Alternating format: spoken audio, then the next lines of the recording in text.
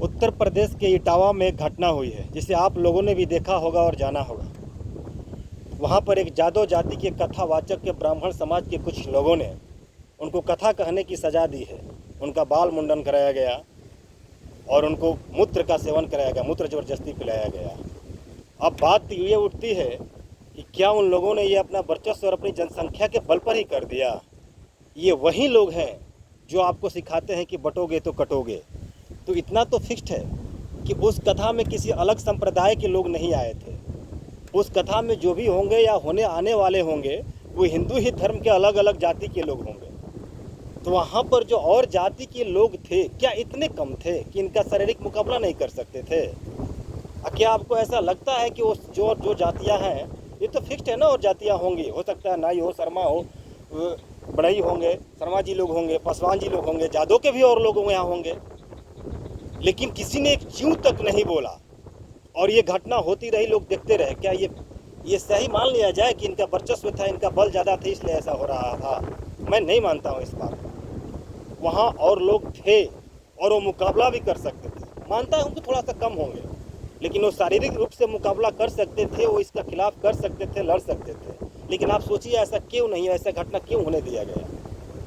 क्योंकि आप नहीं समझेंगे, इसी को कहते हैं मानसिक गुलामी। इस प्रोपेगेंडा के करने से पहले एक दिन में नहीं होगा, ये वहाँ एक माहौल बनाया होगा कि जो मैं कर रहा हूँ ये सही करने वाला हूँ, जो मैं ये करने जा रहा हूँ, जो इनके साथ जो हो रहा है ये गलत है और ये धर्म के नाम पर सही हम लोग काम कर रहे हैं, सही इनको रास्ता दिखा रहे हैं।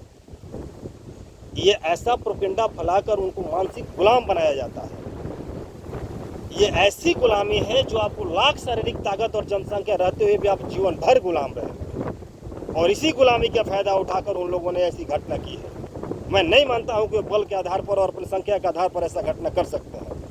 कहीं भी हो सकता है वहां कुछ ज़्यादा होंगे, लेकिन इतने भी वो कम नहीं थे जो साइड में होंगे कि उनकी मुकाबला नहीं कर सकते, लेकिन वो गुलाम बन चुके हैं। उनको यहाँ से मान लिया कि नहीं ये लोग सही ही कर रहे हैं।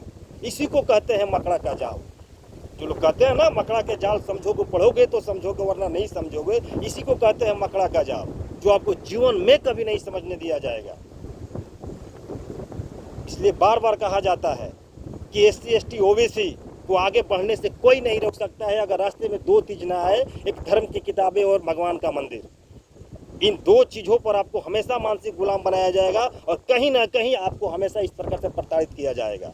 वक्त है, मान जाइए, वापस आइए, पढ़ाई लिखाई कीजिए और यूनिट रहिए, वरना ये मानसिक गुलामी से कभी नहीं निकलिएगा। इस बात को याद रखिए, ऐसी घटनाएं बार बार होती रहेगी। यही वो लोग हैं जो आपको ललकार कर दूसरे संप्रदाय से लड़वाएंगे और कटवाएंगे, और जब वक्त आएगा तो बोलेंगे एक हो जाओ नहीं तो कट जाओ, और खुद ही काट देंगे तुमको।